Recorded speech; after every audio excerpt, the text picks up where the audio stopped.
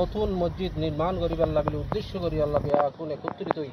সাতকানিয়া উত্তর কাঞ্চনা বটতল জামে মসজিদের ভিত্তি প্রস্তর স্থাপন সহ উদ্বোধনী আয়োজন এবং পরামর্শ সভা অনুষ্ঠিত হইয়ে আমরা আশা করব এটা সুন্দর একটা মসজিদ হবে এবং আমাদের দাম অব্যাহত থাকবে। কাঞ্চনা বটতল এলাকার মাঝে জুমার নামাজ আদায় করিবেলা হন জামে মসজিদ নোয়াছিল দীর্ঘদিন মুসল্লি অকল অনেক দূরপথ আড়ি যাইরে দূরবর্তী মসজিদত যাইরে তারা নামাজ আদায় করত।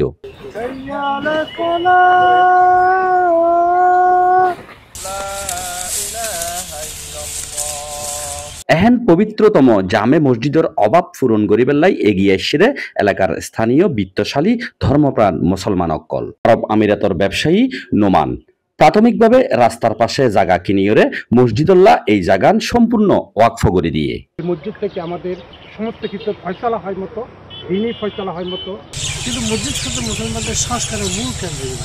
অনেকদিন পরে এন্ডুল্লাহ জামে মসজিদ উদ্বোধন অধ্যে এই আনন্দওয়ান এলাকার মাঝে ছড়িয়ে এবং সর্বস্তরের মুসলমান অকল যারা নামাজ পড়িব ইতারা কিন্তু অত্যন্ত খুশি হইয়ে এই মসজিদের মাধ্যমে আমাদের সমাজ আলোকিত হোক সফলতা কামনা করি। উদ্বোধনী অনুষ্ঠানের মাঝে এলাকাবাসী শিক্ষানুরাগী ধর্মপ্রাণ মুসলমান অকলের অংশগ্রহণ আসিল যে স্বতঃস্ফূর্ত তারা অত্যন্ত খুশি হইয়ে যারা এই মসজিদুল্লাহ জায়গা দিয়ে সাহায্য করছে এই মসজিদ বানাবেল্লা যারা উদ্যোগ লইয়ে ইতারারে বেশি দোয়া করছে।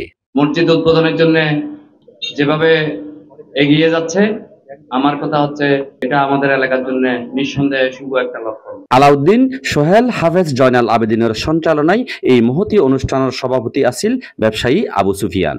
অতি দ্রুত কাঞ্চনা বটতল জামে মসজিদ নির্মাণ করিবেল্লা বলিয়ে দেশ এবং বিদেশের ধর্মপ্রাণ মুসলমান বিত্তশালী অকল যারা আছে তারার আর্থিক সহযোগিতা কামনা করছে এলাকাবাসী অকলে।